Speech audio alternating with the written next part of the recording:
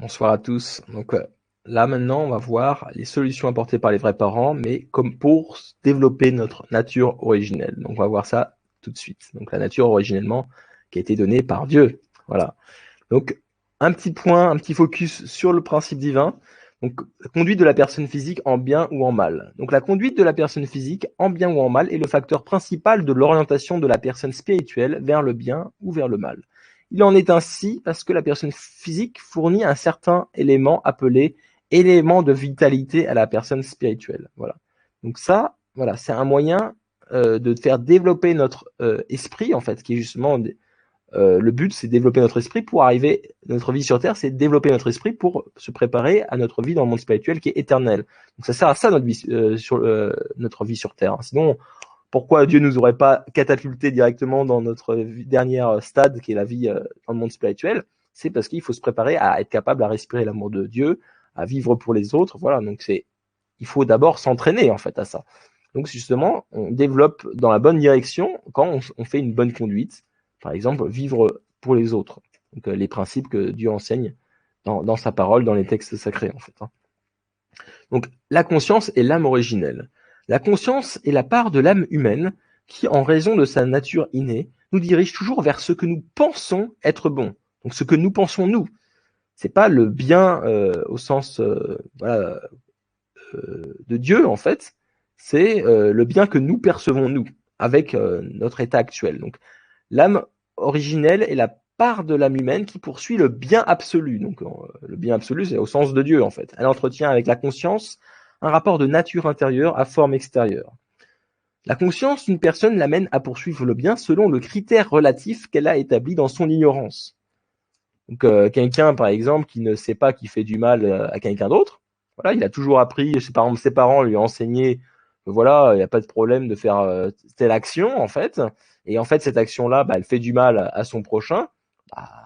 Lui, il croit que c'est pas forcément mal parce qu'il a appris ça de ses parents, donc il a cette conscience de dire non, ça c'est pas le mal, donc je le fais en fait.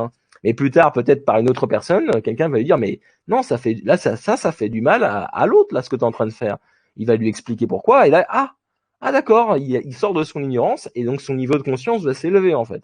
Donc le fait de faire des mauvaises actions, c'est toujours par ignorance en fait. Et c'est ça qu'on dit la chute, c'était le fait de tomber dans cette ignorance, c'est la perte de repères, de perdre justement ces informations-là. Donc c'est voilà. Donc même si celui-ci diffère du critère originel, toutefois l'âme originelle, sensible à la direction juste, rejette ce critère erroné et œuvre pour corriger la conscience. Donc notre âme originelle, c'est celle qui a été donnée par Dieu et qui est toujours connectée à Dieu. Donc en nous, au plus profond de nous, il y a toujours cette âme originelle qui est clairement reliée à Dieu. Mais celle qu'on perçoit le mieux facilement, en fait, quand on a des bonnes pensées qui nous poussent à faire des choses, souvent c'est la conscience. Voilà, notre conscience nous dit il faudrait faire ceci plutôt que cela, il faudrait faire comme ça. En fait, ça c'est notre conscience, mais qui n'est pas en quelque sorte comme l'âme originelle. Elle n'est pas directement connectée à Dieu, donc c'est par rapport à notre état d'ignorance. Voilà, donc l'âme originelle essaye de corriger cette conscience pour l'amener vers la bonne direction. Donc, on va voir que justement, et comment élever sa conscience plus rapidement. Dieu, Révérend Moon parlait que la conscience c'est comme un second Dieu en fait, mais parce que ça permet de nous guider en fait dans la bonne direction. Mais donc c'est très important essayons d'essayer de suivre cette conscience, parce que même si votre critère de bien est relatif, au moins vous avez que ça comme le mieux, c'est de suivre votre bien à ce que vous considérez comme être bon.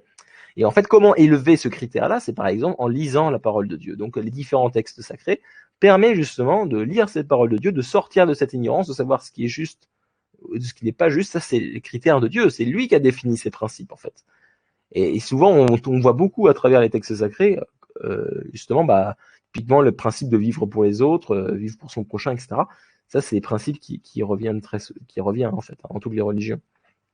Donc là, je vais brièvement passer sur l'allégorie de la caverne de Platon. Parce que en fait, ça c'est intéressant par rapport au fait que on va voir que c'est pas facile en fait justement de s'élever. C'est que ici dans cette allégorie, c'est qu'il y a des prisonniers en fait. Eux, ils voient que ce qu'il y a sur le mur. Donc ils voient que des ombres. Donc leur perception finalement de la vie, finalement, c'est que voilà, c'est la vie dans la caverne, voilà. Et ils voient des objets comme ça, comme s'ils croient que c'est peut-être des déités ou des choses. Ils voient des choses passer, ils savent pas ce que c'est. En fait, ce sont juste des objets en fait qui sont projetés, leurs ombres sont projetées par rapport à un feu. Et donc, quand plus tard, à un moment donné, ils peuvent se libérer, ils commencent à sortir. Donc, certains peuvent essayer de sortir, faire cette ascension et de découvrir le monde extérieur. Voilà. Mais là, le monde extérieur, c'est plus une caverne, ça n'a rien à voir. Et en fait, c'est beaucoup de lumière. Donc là, il y a un moment, en quelque sorte, d'adaptation, parce que quand il y a tellement de lumière, c'est difficile à supporter pour quelqu'un qui a vécu tout le temps dans une caverne. L'ombre, ça fait mal aux yeux. Donc instinctivement, on dit je reviens à la caverne, c'est mieux. Dehors, c'est trop dur en fait.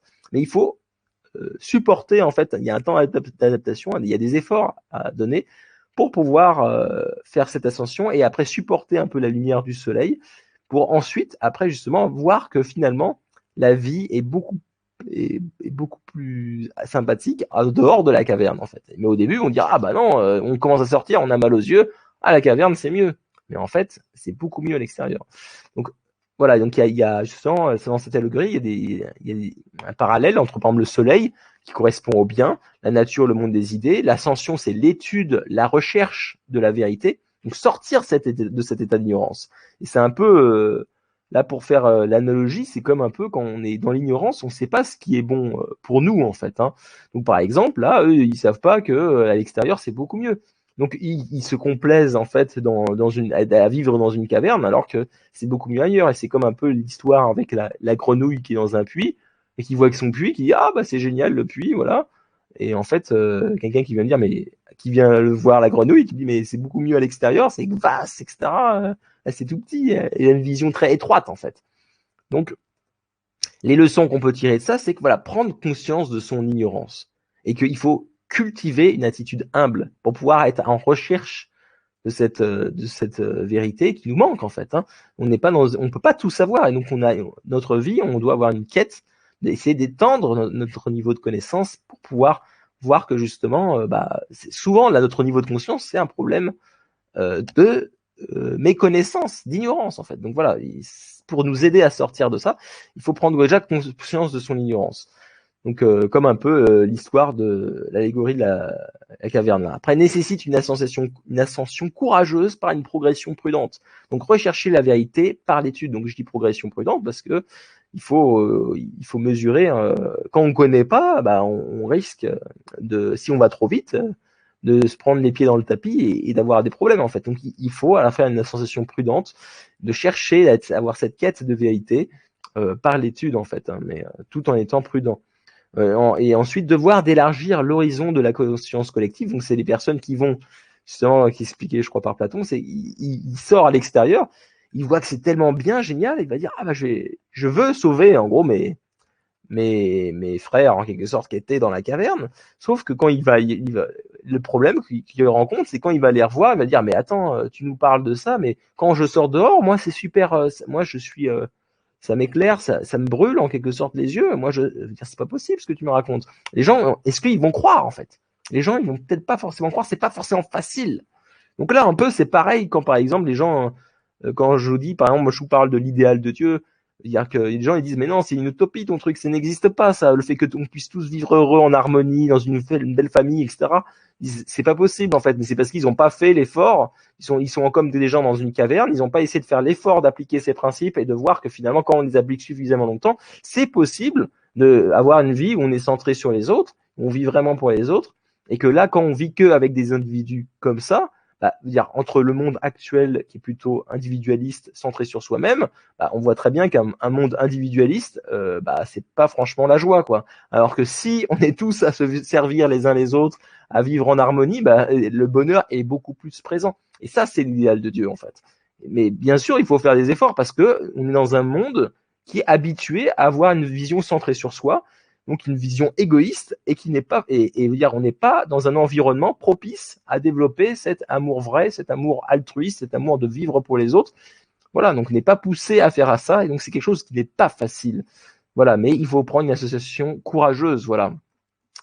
être humble pour pouvoir cultiver notre conscience, sortir de cette ignorance. Voilà, donc comme comme je viens de vous montrer, c'est un chemin qui est pas facile, qui demande des efforts en fait. Donc l'important justement, c'est justement, on sait qu'il faut en quelque sorte développer notre conscience, voilà, développer notre esprit, mais il faut trouver son pourquoi. Pourquoi en fait? Pourquoi faire tous ces efforts justement pour essayer de se développer, de accomplir cet idéal de Dieu, etc. Donc l'important c'est le pourquoi.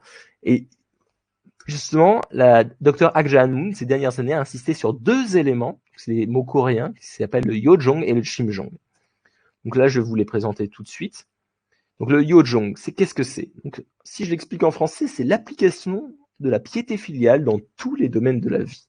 Donc la piété filiale, qu'est-ce que c'est? C'est le cœur de gratitude envers, en gros, nos parents, dans le sens définition standard, on va dire. Donc la piété filiale ici, c'est le cœur de gratitude envers Dieu, qui est le parent céleste de toute l'humanité. Et c'est envers les vrais parents, c'est grâce aux vrais parents qu'on permet de revenir, grâce à la bénédiction mariage, vers le lignage de Dieu. C'est quelque chose, ils ont fait tellement d'efforts pour nous, donc on renaît grâce aux vrais parents. Donc ils apportent une renaissance spirituelle et physique. Il y a nos parents physiques qui nous ont donné naissance, voilà, donc donc ces trois, en fait, Dieu, les vrais parents et nos parents ont participé à notre existence. Donc rien que le fait d'être en vie, juste ça, c'est une gratitude. On a une gratitude à avoir en fait, parce que on a la chance d'être vivant et d'avoir cette vie éternelle en fait. Juste ça. Et donc justement, il y a donc un point de départ de l'amour vrai. Pour moi, c'est la piété filiale motivée par la gratitude que nous éprouvons envers nos parents. Donc c'est développer notre gratitude. Et beaucoup dans le développement personnel, les gens disent développer votre gratitude, c'est un pouvoir énorme. Et ça c'est complètement vrai. Et un point qui est important pour moi, c'est de développer la gratitude envers Dieu. Parce que c'est lui, et parce que c'est aussi pour ça qu'on a envie d'accomplir son idéal. Quand on a conscience de recevoir des cadeaux continuellement de Dieu, en fait, on a envie naturellement de donner en retour. C'est les principes de donner, recevoir. On reçoit de Dieu, on a envie de lui redonner en retour. Donc on a envie d'accomplir sa providence. On a envie de vivre en accord avec ses principes. On a envie d'aider son prochain. On a envie d'aider ses enfants, même si on les connaît pas. On dit ok, c'est un inconnu pour moi, mais c'est pas un inconnu pour Dieu. Dieu, c'est son enfant précieux, chéri, qui est en souffrance et Dieu souhaite le sauver. Et donc, il veut qu'on l'aide, en fait. Lui, c'est le meilleur cadeau qu'on peut le faire, c'est aider notre prochain pour que Dieu soit heureux de le voir plus heureux et plus joyeux. Donc ça, c'est le désir de Dieu, en fait. Donc, notre Père se demandait toujours, à le Révérend Moon, que veut Dieu? Quelle est sa volonté? Donc c'est vraiment ça, que quand on a envie de faire plaisir à quelqu'un, on se demande que ce qu'il veut, quelle est sa volonté, quel est son désir. Si on a vraiment cette gratitude, on a envie de lui faire plaisir. Comme par exemple, on a la gratitude envers nos parents, je veux faire un cadeau à mes parents, mais qu'est-ce qu'ils veulent? C'est quoi leur rêve? Donc il faut comprendre le rêve de Dieu. Quel est son idéal? Donc justement, c'est le principe divin l'explique bien. C'est que toute la famille, toute l'humanité vivant comme une famille avec pour parent Dieu. Et donc on applique son principe de vivre pour les autres, de s'entraider, etc., de vivre en harmonie. Donc et il souhaite qu'on soit dans son lignage, on reçoit cette bénédiction en mariage pour revenir dans son lignage comme des enfants à part entière de Dieu et qu'on n'est pas en position médiane entre Dieu et Satan en fait. Donc pour moi, la solution, c'est de développer sa gratitude envers Dieu. Mais après, quand on dit la piété filiale dans tous les domaines de la vie, c'est pour moi, en fait, moi j'ai eu, ce qui est intéressant dans mon expérience, j'ai développé ma relation, j'étais plutôt très quelqu'un, on va dire, qui appliquait, je sens le fondement de foi qu'on appelle, c'est le fondement, finalement, c'est le fait de l'unité avec Dieu, en quelque sorte, croire en Dieu, etc. Donc ça, je l'avais bien développé, mais le fondement de substance, finalement, on appelle ça le fondement horizontal, fondement de foi, c'est vertical avec Dieu, et horizontal, c'est avec l'humanité, en fait. Donc c'est finalement incarner le principe. C'est ça le fondement de substance, c'est substantifier. Et j'avais du mal, moi, avec ça, en fait. Et justement, tellement que à mon avis, j'ai créé, en fait, ce Yojong, cette gratitude, naturellement, j'ai senti, finalement, quand il y a eu des personnes qui étaient en souffrance, j'ai vu avec le point de vue de Dieu, j'ai dit, mais Dieu, là, il est en train de souffrir, de le voir comme ça. Donc, j'avais envie, parce que j'avais tellement de gratitude envers Dieu, d'aider mon prochain. Et donc, c'est comme ça que j'ai pu, finalement, me débloquer, par exemple, de fait de plus me connecter aux autres autour de moi, Avant, j'avais du mal finalement à me connecter avec les gens autour de moi, les gens que je connaissais peu, etc. Et grâce à fait, avec ma connexion avec Dieu, le fait que j'ai beaucoup de gratitude, j'avais naturellement envie de aider mon prochain en fait. Donc, j'avais plus facilement le fait d'incarner le principe de vivre pour les autres, même si bien sûr j'y arrive pas, je vis pas complètement pour les autres. Donc j'ai encore des efforts bien sûr à faire. Je suis sur le chemin comme nous tous, mais je vais y arriver beaucoup mieux en fait, beaucoup plus d'empathie, à essayer de les aider comme je pouvais en fait. Donc ça, j'arrive beaucoup mieux qu'avant en fait, grâce au fait de développer ce cœur de gratitude envers Dieu.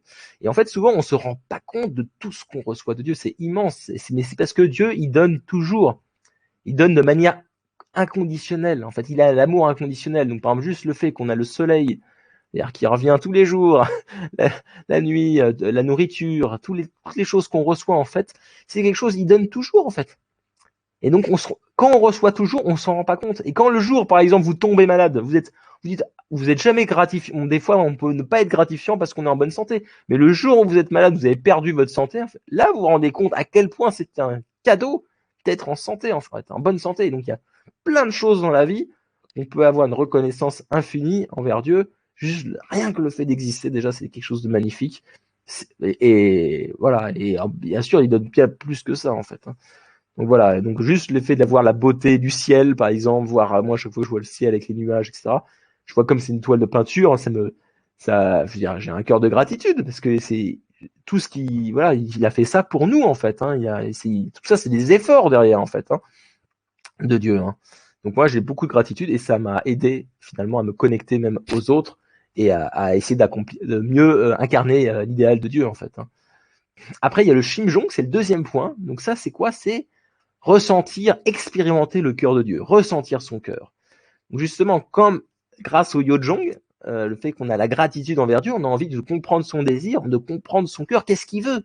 Et donc ça, on doit essayer de ressentir, de se mettre de son point de vue en fait. Donc moi, le fait de voir avec son point de vue, ça m'aide aussi à ressentir son cœur, à essayer de comprendre son cœur. Donc l'immaturité, par exemple, du Shimjong, a entraîné la chute. Donc c'est par exemple Satan, qui était Lucifer avant, il a vu avec son point de vue, il n'a pas vu avec le point de vue de Dieu. Et c'est ça qui a fait qu'il n'a pas aimé Adam et Ève comme Dieu les aimait. En fait, il n'a pas essayé de se connecter au cœur de Dieu. Et quand Ève, par exemple, elle a fait la chute, elle n'a pas réfléchi, elle n'a pas assez été centrée sur le cœur de Dieu. Dieu, il lui avait clairement dit le commandement, ne pas manger de l'arbre de la connaissance du fruit de la connaissance du fruit de l'arbre de la connaissance du bien et du mal. Elle l'a mangé, elle n'était pas centrée sur Dieu à ce moment-là. Elle n'était pas centrée sur le cœur de Dieu qui était sincèrement préoccupé par ses enfants de manger ce fruit, donc de faire un acte sexuel illicite trop tôt. Donc il s'était pas préoccupé par le cœur de Dieu finalement. Donc c'est ça qui a entraîné finalement la chute. Donc c'était qu'il s'était pas centré sur le cœur de Dieu, sur sa volonté. Donc pour moi, ça donne finalement la volonté d'accomplir la providence de Dieu, car ce n'est plus sa volonté ou ma volonté, mais notre volonté. Et ça, j'ai eu une expérience assez forte où j'ai senti à un moment donné que, en gros, c'était plus tiens, je vais faire sa volonté. Avant, au début, je dis tiens, je vais faire par exemple le messianisme tribal. Au début, j'étais en mode je vais faire la volonté, le désir de Dieu, mais après, c'est devenu mon désir. Parce que en fait, son but est devenu mon but naturellement. Petit à petit, c'est devenu mon but parce que moi aussi, je me sens interconnecté finalement, j'ai eu des expériences où je me sentais interconnecté avec les gens. Donc la souffrance de la personne, de mon prochain, en fait, ça me crée une souffrance à l'intérieur de moi. Donc si je veux être pleinement heureux, en fait, il faut que toute l'humanité soit heureuse. Donc tant qu'on n'aura pas aidé l'humanité à se reconnecter à Dieu, à vivre selon l'idéal de Dieu, parce que si on vit pas selon son idéal, qu'on fait par exemple des péchés, en fait on fait des actes hors principe qui nous causent de la souffrance en fait. Tôt ou tard, sans s'en rendre compte, on se crée de la souffrance. Mais si on vit en accord avec l'idéal de Dieu, naturellement, on est heureux en fait. On est tout simplement heureux en fait. Mais la souffrance des autres, on est connecté à ça et donc on sent cette souffrance. Et moi, quand je vois quelqu'un souffrir, je pense au cœur de Dieu. Dieu, il voit son enfant en train de souffrir. Quand on voit plein de problèmes à la télévision, nous, on entend juste une petite news qui nous passe, on entend ça, ça nous touche déjà. Mais Dieu, lui, il est en direct, il est omniscient, il est partout, il voit ses enfants s'entre-déchirer. Et ça, c'est un problème, quelque sorte, c'est constant. Moi, j'ai eu juste un ami qui s'était fait attaquer, ça m'avait fait mal dans mon cœur. Et je me suis dit, mais Dieu, qu'est-ce qu'il a ressenti? C'est son enfant qui s'est fait attaquer par d'autres enfants à lui. il était impuissant, il pouvait pas empêcher la scène et des choses atroces qui se passent. Et ça, c'est juste un événement, c'est un événement. Quand je pense à ça et que j'ai vu des statistiques sur Internet, combien de personnes, il y a X personnes qui se font tuer dans le monde, il y a X personnes qui peut-être se suicident, qui se suicident dans le monde, il y a X il y a par seconde, X personnes par seconde, X personnes qui meurent de faim par seconde. Donc il y a tellement de choses tristes en quelque sorte dans le monde, et ça c'est les enfants de Dieu, c'est les enfants. Donc, imaginez votre enfant qui meurt, quelle est votre souffrance? Donc le Révérend Moon parle de libérer le cœur de Dieu. Et quand il avait vu justement l'appel qu'il a eu de Jésus, et qu'il avait dit non à 3 reprises, et Dieu est venu en souffrant, en disant s'il te plaît, il n'y a que toi, il a vu la souffrance de Dieu, le Révérend Moon.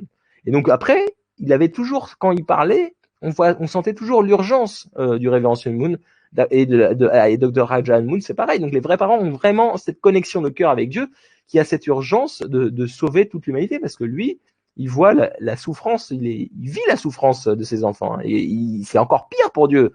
Je sais pas pour vous, mais moi je suis parent. Si je vois mes enfants souffrir, ça fait encore plus de souffrance. Moi en tant que parent. Bah Dieu c'est pareil. Il voit ses enfants souffrir, ça lui fait encore plus de souffrance. Donc si on a de la gratitude envers Dieu, et qu'on ressent son cœur justement, qu'on est, on est vraiment, on fait de l'empathie en fait, en quelque sorte. Pour comprendre son cœur, il faut avoir de l'empathie envers Dieu. Et on voit justement quand on essaie de se mettre à sa place, on voit que c'est vraiment très dur. Et donc on a besoin de finalement ça nous donne l'envie d'agir et de sauver en quelque sorte les autres de cette souffrance, de les aider à être plus heureux en fait, hein, tout simplement, et d'aider notre prochain. Donc ça permet de sentir l'unité du monde, que un est tout et tout est un. Vraiment, quand on se connecte à Dieu comme ça, on sent qu'on est tous interconnectés, c'est une autre raison. Et ça permet vraiment la paix dans le monde. Quand on sent cette unité, on sent qu'on est tous interconnectés. Pour moi, c'est quelque chose de très important. C'est un des moteurs. Ces deux, Yojong et Shimjong, sont pour moi des moteurs pour faire tout ce que je fais. Là, je fais ces webinaires. C'est des moteurs pour moi, en fait. Voilà. Donc, c'est important de savoir avoir un pourquoi fort. Si on n'a pas de pourquoi fort, on va rapidement abandonner, en fait. Donc, comment maintenant? On va voir le comment. Donc, on a vu comment développer sa nature originelle. Donc, c'est d'abord faire des efforts en quittant sa zone de confort, déni de soi, recevoir les éléments, ressembler à Dieu, devenir le vrai parent. On va voir tous ces détails. Donc, quitter sa zone de confort, c'est ce qu'on parlait justement un peu dans l'allégorie de Platon. C'est que voilà, il faut faire une ascension courageuse pour sortir de cette ignorance. Et donc, en fait, la zone de confort, c'est la zone où justement on n'essaie pas d'apprendre. En fait, on reste dans notre milieu de connaissances. Là, je connais, je maîtrise tout, je maîtrise, pas de problème. Voilà, je suis bien. Voilà. Le problème, c'est que ça, on va rester dans son niveau de connaissance actuel. Donc forcément, après, si on veut étendre, sans sortir de cette ignorance, on va devoir justement finalement sortir de cette zone de confort et on va entrer dans une zone de peur. Et on va commencer à aller dans un domaine qu'on connaît pas. Donc forcément, on commence à avoir peur. Si je dis tiens, je vais commencer un nouveau travail, mais je connais pas tout, j'ai pas les compétences, etc. Manque de confiance en soi, affecté par les opinions des autres, parce que voilà, on maîtrise pas le sujet. Un gars il va dire non, c'est comme ça qu'il faut faire. Peut-être, d'accord, ok. Donc on est facilement affecté par l'opinion des autres. Voilà, donc après on arrive, si on continue comme ça dans cette avancée à faire des efforts, on va arriver dans une zone d'apprentissage. Donc on va faire des efforts pour prendre une formation par rapport peut-être à notre nouveau travail. On va réussir à régler ses problèmes, acquérir de nouvelles compétences. Donc, finalement, quand on apprend, on fait quoi? On agrandit sa zone de confort. Donc on a la zone de confort, elle peut être comme ça. On fait une formation, hop, elle va être comme ça. On fait une autre formation, elle va être comme ça. Donc on va grandir en fait. On va se sentir plus confortable dans une plus grande zone en fait. Voilà.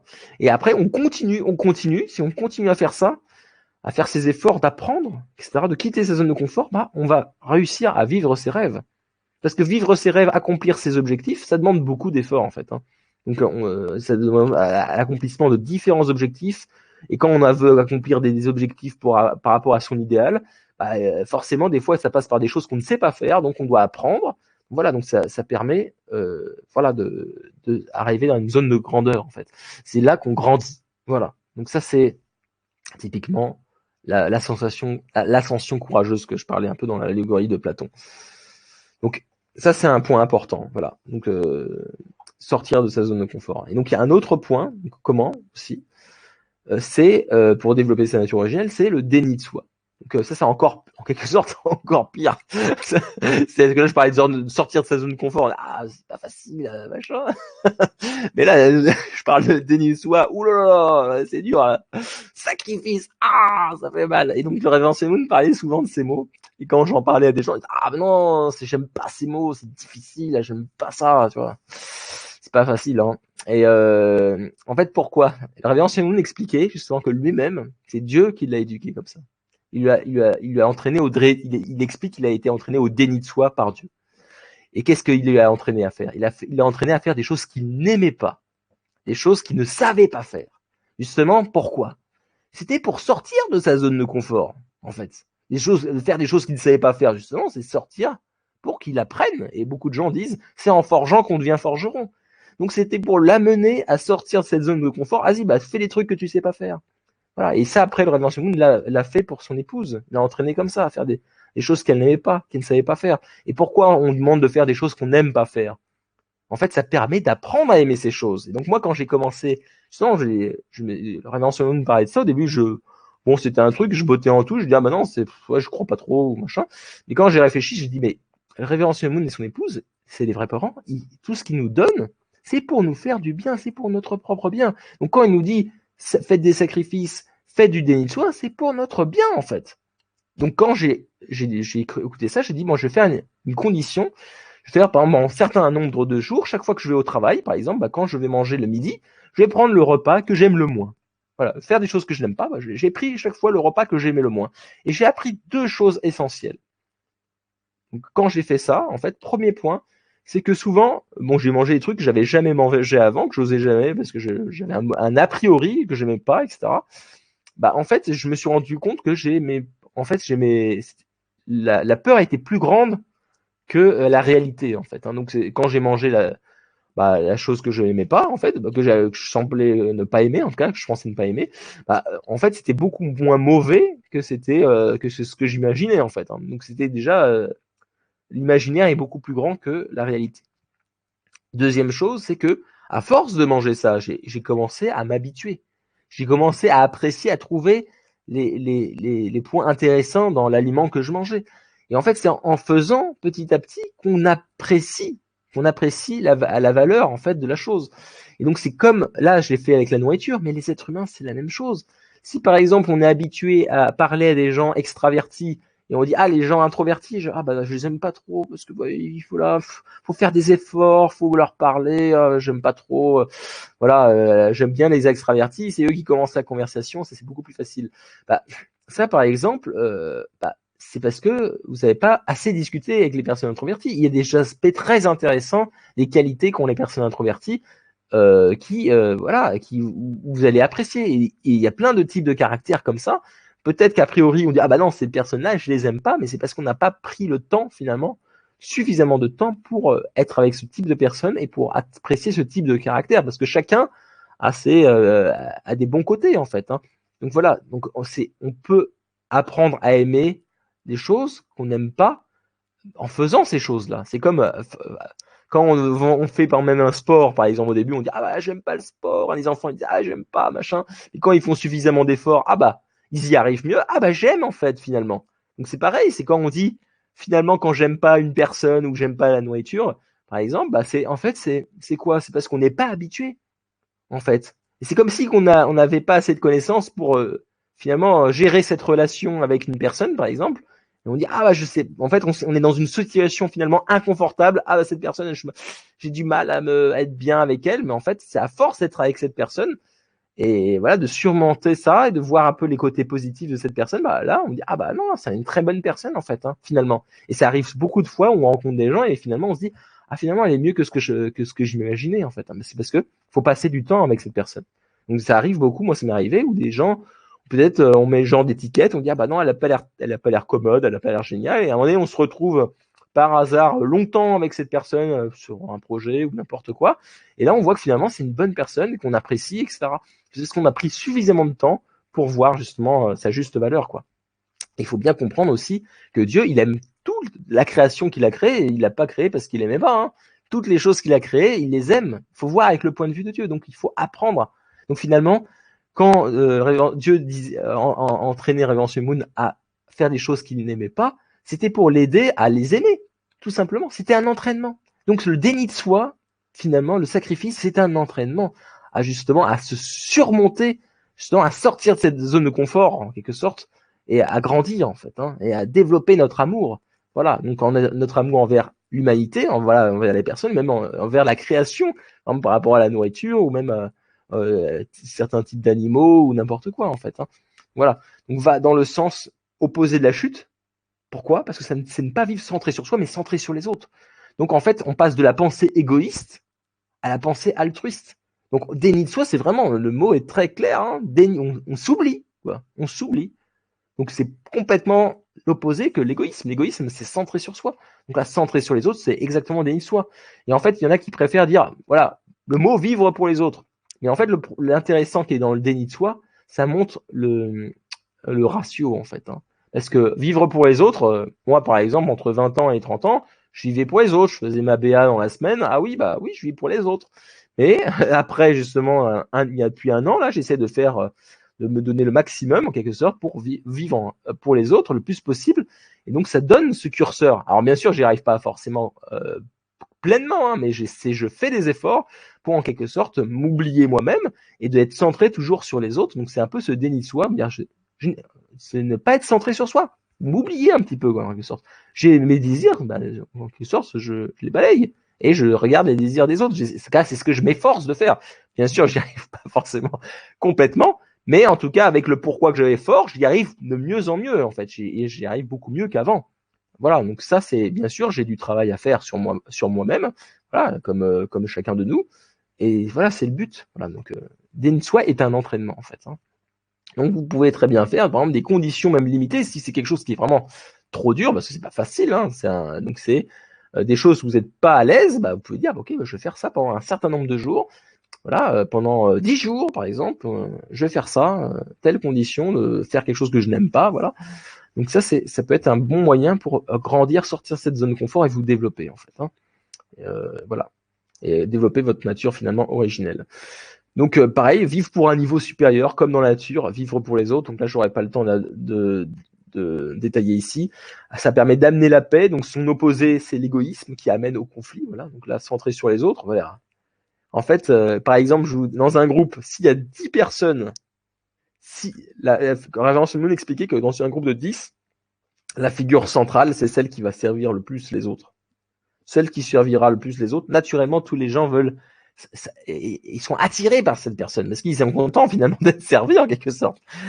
Ils sont contents. Alors que si quelqu'un il commence à dire tiens tu me donnes de l'argent s'il te plaît, qu'on fait qu'il fait que de demander des trucs, bizarrement il y a tout le monde qui fuit, Donc c'est parce que c'est un principe naturel. Mais si le but c'est qu'on vive tous les uns pour les autres. Et donc là c'est quelque chose d'équilibré en fait. Donc ça c'est l'idéal de Dieu, c'est qu'on vive tous les uns pour les autres.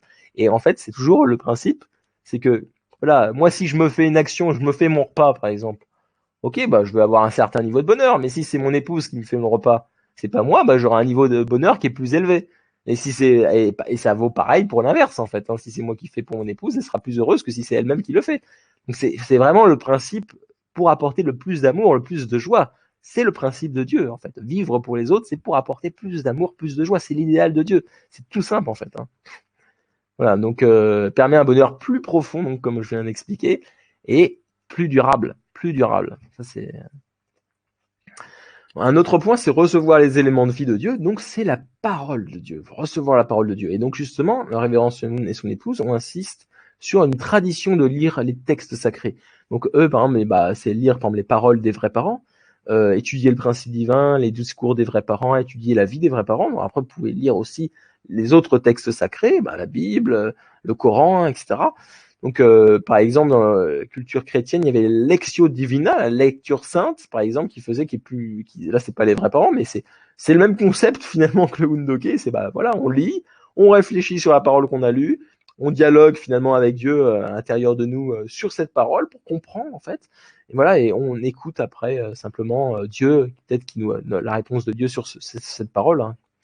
Et après, il y a la prière, très important la prière, parce que la prière, c'est un moment en quelque sorte de dialogue avec Dieu. Donc on reporte à Dieu ce qu'on fait, voilà ce qu'on a, notre journée, nos désirs, et on essaye d'écouter Dieu aussi, qu'est-ce que ses désirs, ce qu'il a fait aussi, voilà. C'était un dialogue en fait. Hein. Moi, donc pour moi, ces éléments-là, comme le Undoke, en fait, la lecture du texte sacré et la prière, ce sont des éléments où on a une relation de donner-recevoir directe avec Dieu. Parce que la lecture de la parole des vrais parents, typiquement, ou des autres textes sacrés, c'est la parole de Dieu. Donc, c'est comme si qu'on écoutait Dieu, en fait. Hein. Donc, on fait une interaction avec Dieu. Et le principe, justement, de donner-recevoir, c'est plus vous faites une action de donner-recevoir avec quelque chose, donc là, par exemple, avec Dieu, plus vous serez connecté à Dieu, naturellement. Vous allez vous connecter davantage à Dieu. Donc, si vous avez du mal à avoir, par exemple, des expériences spirituelles avec Dieu, par exemple, faites du Undoke, faites de la lecture de texte sacré, faites plus de prières naturellement, vous allez avoir plus de connexion avec Dieu, plus d'expérience avec Dieu, plus peut-être de réponses à vos questions, par exemple, que vous demandez à Dieu. Moi, par exemple, typiquement, souvent mes réponses à Dieu, je les ai eues quand j'ai eu des expériences spirituelles, soit c'est à travers même mon esprit, je voyais la réponse de Dieu dans mon esprit. Des fois, j'avais la réponse de Dieu à travers une personne. Des fois, j'avais la réponse de Dieu quand je lisais un texte. Voilà, Dieu nous répond de différentes façons. Moi, pour l'instant, par exemple, j'ai jamais eu de conversation en direct. Toc toc, j'ai juste des fois un petit message, voilà, à l'intérieur de mon esprit, une réponse, par exemple, ou des réponses à travers une personne, mais j'ai jamais eu un dialogue. Donc ça, par exemple, moi, je suis en travail là-dessus.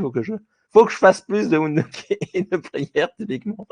Voilà, pour pouvoir réussir à avoir cette relation plus profonde. Parce que faut bien comprendre, Dieu souhaite avoir avec chacun de nous une relation comme parent-enfant, on va dire une relation dédiée, spécifique, particulière en fait, tout simplement. On est tous importants à ses yeux. Il nous a créés pour avoir une relation particulière avec lui. Donc il souhaite que ça en fait. Donc je vous encourage à cultiver cette connexion avec Dieu, cet échange avec Dieu. Voilà. Donc ce qui est important aussi pour moi, c'est être en recherche de la vérité.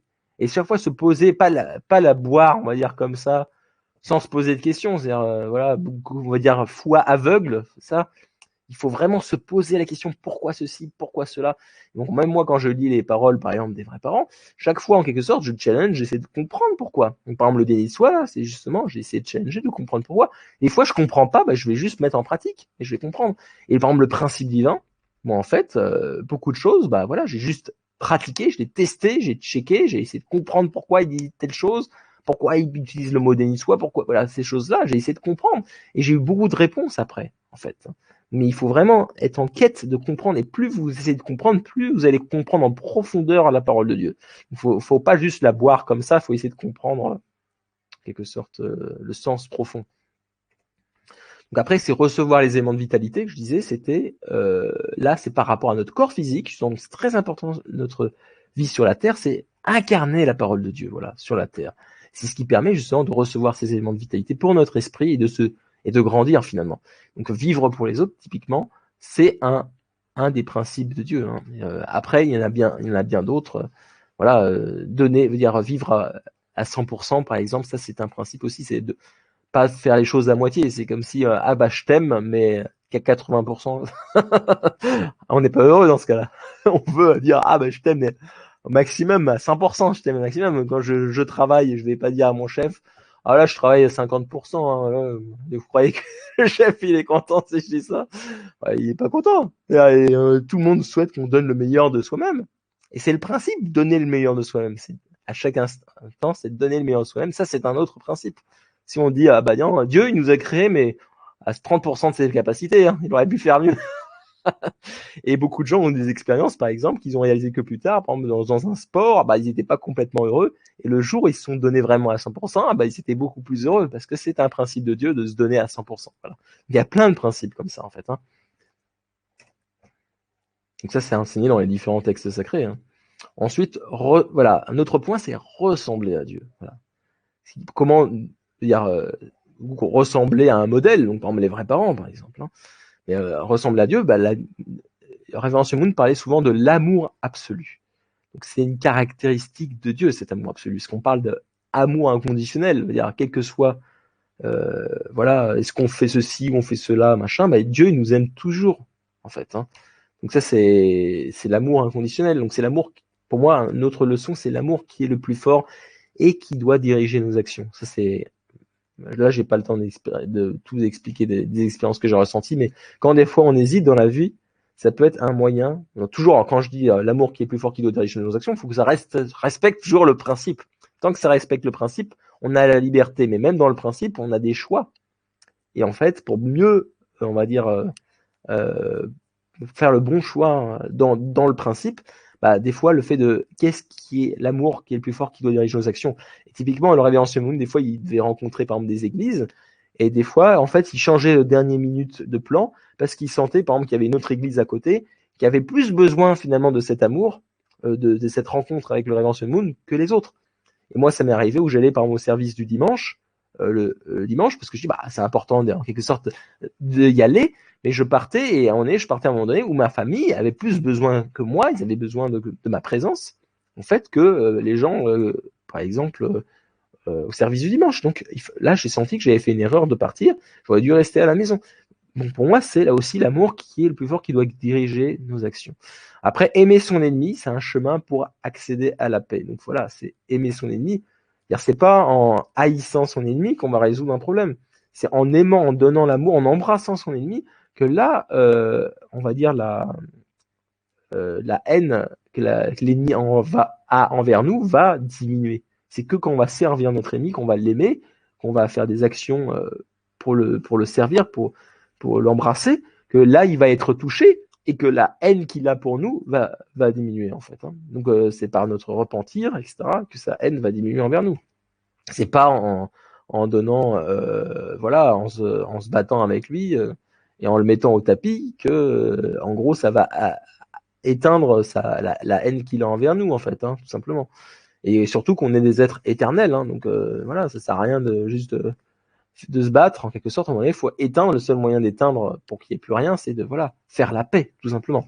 Donc aimer son ennemi, c'est un moyen aussi d'accéder à la paix, hein, à la paix durable. Donc dans le monde spirituel, l'air qu'on respire n'est que de l'amour. Voilà, donc c'est très important de développer notre amour. Et donc ça évite l'accusation de Satan aussi, parce que quand on dit ah bah tiens, toi tu l'aimes pas ou tu l'aimes que à condition qu'elle soit comme ci ou comme ça, voilà, ça typiquement c'est Satan, il aime bien accuser en fait. Hein, quand on fait des mauvaises actions, il fait ah mais toi t'es mauvais toi, t'es mon pote, t'es mon copain, ah bah reste avec moi là t'es bien là, ah mais là, tu l'aimes pas lui c'est bien viens à côté de moi. ça permet d'éviter l'accusation de Satan et ça, voilà, de vivre, d'incarner cet amour absolu. Ça, c'est un des principes finalement de Dieu. Et c'est pour ressembler finalement à Dieu. Dieu souhaite qu'on lui ressemble. Après, il y a la foi absolue. La foi absolue, c'est une autre caractéristique de Dieu. C'est ce qui permet, comme je disais, l'amour, il faut avoir la liberté, mais il faut aussi avoir la foi, la confiance dans un couple. La confiance, veut dire, on ne peut pas avoir un vrai amour sans une confiance. Sinon, c'est ce qui permet la liberté. Il faut avoir la confiance en l'autre. Voilà. C'est quelque chose qui est intrinsèquement lié. Et donc ça apporte de la joie en fait, hein, d'avoir la foi. Quand quelqu'un a confiance en nous, ça apporte de la joie aussi. Que ce soit dans le travail, que ce soit dans notre couple, ça permet de se dépasser aussi. Hein. Quand quelqu'un a foi en nous, on va faire plus d'efforts, plus facilement. La foi, par exemple, en Dieu, les vrais parents, nos parents et les autres, donc ça c'est très important en fait aussi, hein, développer ça. Si on a foi en personne, on peut pas être avec les gens, on peut pas, on va se méfier de tout le monde. On n'arrivera même pas à lier une amitié avec quelqu'un parce qu'on aura toujours peur que l'autre il va nous faire du mal, etc. Donc, on parle souvent, par exemple, pour Dieu de foi. Ah oui, on dit c'est dur d'avoir foi en Dieu, mais le plus dur c'est pas ça. Ça c'est très facile parce que Dieu il est toujours, on va dire, fidèle à lui-même. Il respecte toujours les principes. Mais nous, est-ce que, par exemple, on est quelqu'un à qui on peut avoir foi? Est-ce que Dieu peut avoir foi en nous? Est-ce qu'on est toujours en accord? Est-ce que quand on dit on va faire quelque chose, est-ce qu'on va le faire? Si on promet quelque chose à Dieu, quelque chose pour lui faire plaisir, etc., est-ce qu'on l'accomplit? Voilà, ça c'est quelque chose de beaucoup plus dur, parce qu'on n'est pas restauré complètement. On a du mal peut-être à toujours incarner par rapport à nos désirs. Voilà, donc c'est quelque chose de plus compliqué en fait. Hein. Donc voilà, de cultiver cette foi réciproque, que Dieu puisse avoir confiance en nous. Il faut devenir une personne que Dieu peut avoir confiance. Voilà. Donc préférer donner sa confiance et qu'elle soit trahie, plutôt que de ne pas faire confiance dès le départ en ne donnant pas la chance. Donc ça, c'est très important parce que si on ne fait pas confiance, voilà, on va briser nos liens avec les autres. Hein. Et ça va même annihiler des projets. Moi, ça m'est arrivé où des fois, je pensais dire, ah non, c'est pas possible, j'ai juste abandonné de faire telle idée parce que je pense que la personne ne voudra pas. Mais après, quand j'ai pensé à ce principe, je me suis dit, tiens, non, mais je vais quand même donner la chance finalement. Et même si tant pis, ce sera trahi, mais au moins j'aurais donné la chance. Alors pas de regret. Et finalement, la personne a accepté en fait. Et c'est parce que des fois, on pense à tort que la personne, on a peut-être une mauvaise image parce qu'on a eu une expérience passée malheureuse. Bah voilà, il faut donner la chance en fait. Hein. Exemple de foi aussi, on voit des personnes de figure centrale, ils avaient une foi absolue en fait. Hein. Abraham, par exemple, lorsqu'il a sacrifié son fils Isaac, il avait une foi absolue en Dieu. Noé, quand il a fait son arche pendant 120 ans, il avait une foi absolue en Dieu. Les vrais parents, tout ce qu'ils ont accompli, voilà, ils ont une foi absolue en Dieu aussi. Donc tout ça, ça permet d'éviter l'accusation de Satan aussi. Donc, voilà, donc ça c'est un deuxième point. Et un troisième point, c'est l'obéissance absolue. Alors les gens, des fois, ils l'interprètent mal, on disait genre, ah, il faut obéir absolument à Dieu. C'est pas obéir à Dieu en fait. C'est obéir aux principes de Dieu. Donc obéir aux lois de Dieu. C'est ça. C'est comme Dieu obéit à ses propres lois. Dieu l'obéit. C'est une caractéristique de Dieu. Quand il y a eu la chute, Dieu n'est pas intervenu pour obéir à son principe du libre arbitre. Donc en fait, c'est comme un parent, quand il instaure des règles à la maison, lui aussi doit respecter ces règles. Et les enfants aussi. Donc c'est ça en fait, obéissance absolue aux principes. C'est ça en fait pour moi, comme ma compréhension. Et donc Dieu obéit à ses principes, même si c'est très dur dans ce monde où Satan domine. En fait, c'est comme le monde de la chute. Les parents, les enfants, tout comme Dieu, doivent respecter ses principes. Donc, en fait, pour moi, c'est une protection. Donc, au début, quand on ne comprend pas, il y a une période de croissance où il est important d'obéir au risque d'avoir des problèmes comme la chute. Et ce qu'il faut bien comprendre, c'est que, justement, en tant que parent, c'est parce qu'on donne beaucoup d'amour, en fait, à notre enfant, comme Dieu, nous recevons beaucoup d'amour de Dieu, que naturellement, après, on a envie d'obéir parce qu'on a confiance, parce qu'on a cette foi. Parce qu'on reçoit de l'amour, on va cultiver, justement, donc l'amour absolu de Dieu. On va réussir à cultiver notre foi absolue en Dieu. Et parce qu'on a cette foi absolue en Dieu, cette confiance absolue, on va dire, OK, il me donne en quelque sorte des commandements. Je ne les comprends pas. OK, je vois des textes sacrés, je comprends des commandements. Il me donne des commandements, je ne comprends pas pourquoi. Donc, comme l'obéissance, ne pas manger de l'arbre le fruit de l'arbre de la connaissance du bien et du mal, Adam et Ève ne comprenaient pas, mais s'ils avaient un amour absolu, ils avaient bien pris la gratitude d'avoir cet amour de Dieu, ils avaient la foi, ils avaient cultivé leur foi envers Dieu de manière absolue, cette confiance envers Dieu, ils auraient écouté son commandement, ils auraient obéi à son commandement. Et donc c'est comme un parent, si le parent donne beaucoup d'amour à son enfant et que son enfant développe cette gratitude envers cet amour et cette foi finalement, cette confiance, parce que c'est ça le synonyme, c'est de la foi, c'est la confiance envers leurs parents, et ben, les enfants vont naturellement obéir aux règles instaurées par les parents. Et donc ces règles-là sont faites pour protéger l'enfant dans une phase de risque, justement, où les enfants n'ont pas cette compréhension des principes, donc des règles en fait. Donc il faut faire ces règles pour que l'enfant, dans une phase de croissance, puisse être protégé, ne pas faire des bêtises, des actions hors principe. Et ça permet justement, une fois qu'on a cette phase qui est passée, on atteint un âge plus mature où on comprend ces règles, on comprend pourquoi elles sont là. Et quand on a compris ces règles, à un moment donné, à force de les avoir compris, on arrive à les incarner, ce qui est une troisième étape. Et donc là, on atteint justement cet état de maturité. Donc c'est le début, en fait, cette obéissance absolue. C'est le début qui permet ensuite d'atteindre la compréhension. Parce qu'une fois qu'on obéit, qu'on l'applique, à force de l'appliquer, on comprend petit à petit. Et après, quand on l'a compris petit à petit, après, on l'incarne naturellement petit à petit. Voilà. Donc ça permet aussi encore une fois d'éviter l'accusation de Satan. C'est justement quand on n'obéit pas au principe. C'est ça qui nous entraîne à faire des actions hors principe, donc de nous attacher finalement à Satan. Voilà. Donc ça, c'est un autre point aussi pour développer notre nature originelle, c'est créer, participer à un projet de paix. Donc n'importe quel projet qui apporte une paix intérieure, une paix avec les autres, une paix avec son environnement. Donc ça veut dire, il y a beaucoup d'associations en France, par exemple, dans d'autres pays, qui cultivent justement de faire la paix avec, par exemple, avec les autres, donc le fait d'aider son prochain, etc. Donc ça, c'est vraiment quelque chose que j'encourage, qui peut vous aider à vraiment développer cette nature originelle de vivre pour les autres, en fait, hein, de créer la paix, de abolir ces barrières, ces frontières. Voilà, donc finalement, pour développer cette nature originelle, c'est devenir de vrais parents. Donc c'est faire accomplir les différentes responsabilités de vrais parents, c'est de proclamer la vérité, l'enseignement du principe divin. Voilà, mais même ça peut être même en dehors du principe divin, il y a aussi vos propres paroles de Dieu. Donc c'est en fait le témoignage en quelque sorte. Mais quand on parle de témoignage, il faut surtout pas imposer son point de vue. C'est juste un simple partage de notre connaissance, de nos inspirations, voilà, des bénédictions qu'on a reçues tout simplement. Et justement, le salut de l'humanité, c'est d'amener les bénédictions qu'on a reçues, justement, les donner, les propager aux autres. Donc ça, c'est par la bénédiction en mariage donnée par les vrais parents, pour les libérer de ce péché originel et justement participer à créer un mouvement de paix. Voilà, donc devenir de vrais parents, ça permet aussi d'aller dans ce chemin, de s'élever justement et donc d'incarner en fait les principes de Dieu, hein, de devenir la substance même du principe divin. Voilà, donc là j'ai terminé pour aujourd'hui.